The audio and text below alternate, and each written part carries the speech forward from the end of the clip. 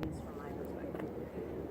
What do you mean? So what? There was actually space there. So the last 20 felt better. Yeah.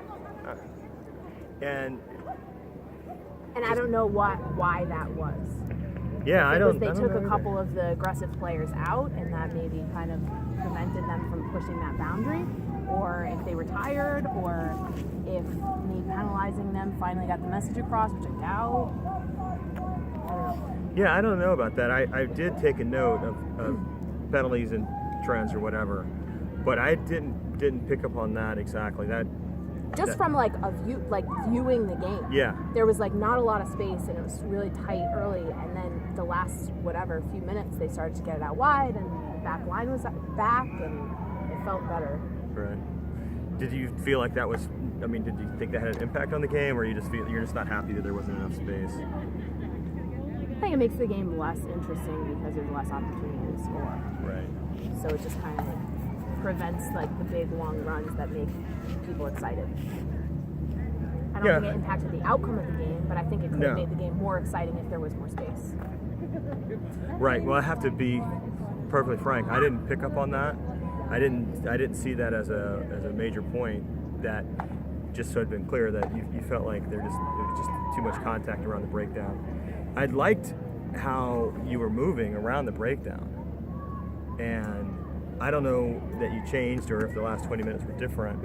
I didn't see anything active from my perspective that looked different in the last 20 minutes.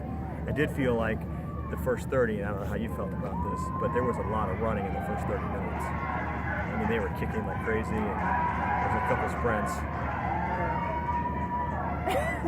I don't really notice. I was focused. I felt thirsty, but I don't know. I don't really know about the running, but sure. Yeah, that was the main thing for me. Was they kicked a lot less in the second half, that's for sure. Right, a little more ball in hand. Maybe that's what you were noticing. Yeah. Anything else? I'm very curious. So we got space here, and you're not quite happy. From my perspective, I don't know if Scott, you had anything. I didn't see that. It's really. I felt like we don't have any notes about that. So maybe your perception is that you're maybe being a little too hard on yourself on that. But okay. The other thing, the other major thing, I think, was to start the game. I had 4 penalties against Green, and I was like, why? Why are you being so aggressive? I don't want to give another penalty against Green. I don't want to have to card them this early. We're 10 minutes in.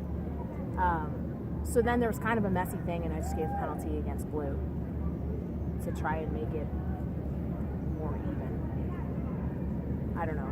No, I think we noticed that. We noticed that there was a tiny trend at the beginning, so we concur with that, and we did notice that it went 4 and then 2. So basically, after the first 6, it was 4 and 2. Right. But watching the game, I didn't see any negative outcome from that decision. So, if achieving balance, in the middle of the field. Yeah, I think from the balance perspective, I think that's kind of the question there. Even when it came down to giving the yellow card and then not giving yellow card in the second half, right? I think that's along the same continuum. We generally thought that you were managing the balance fairly well, and I thought that was worked out. They never felt like it was. So do you think the goal line penalty from Green in the second half was similar in offense card-wise, as cynical, I guess? Well, I could answer that, but I'm sure that my coach would tell me to say, what do you think? So we'll just pass the buck. So you ask me, what do I think? Yeah, I know. I'll ask Scott what he I'm thinks. happy to tell you what I think. I'm here observing. Yeah. How are we on time? Make sure we've got. You are at 2 minutes left. Okay. All right. So, yeah, this is what I'll give you 30 seconds. There was a little bit of a high tackle at the 22 in the first half. Okay. And then we were playing advantage, Yep. and that advantage sort of melted away. I wasn't exactly sure. I didn't have a radio. Then the hands-in yellow card happened. Yes, it was the same player. That's why. Right. With the high tackle and then the hands-in. So was this down here roughly the same amount of cynicism? He thought so.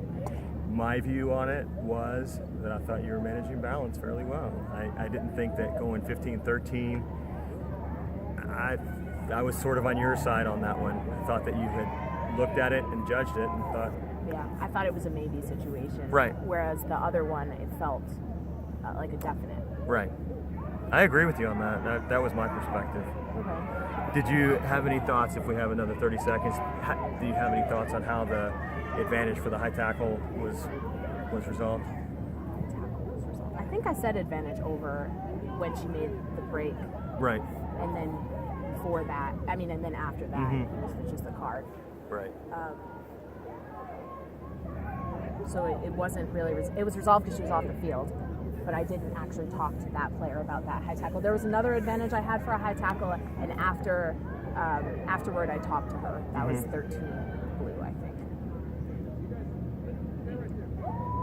Yeah, that would be the one thought for your next game would be, how did that flow? How did that advantage, that high tackle advantage at the 22, how did that resolve itself, and then sort of led to the yellow card? But I think that's... I didn't have an opportunity to actually say anything to her other than advantage, high tackle, 15 blue. Right.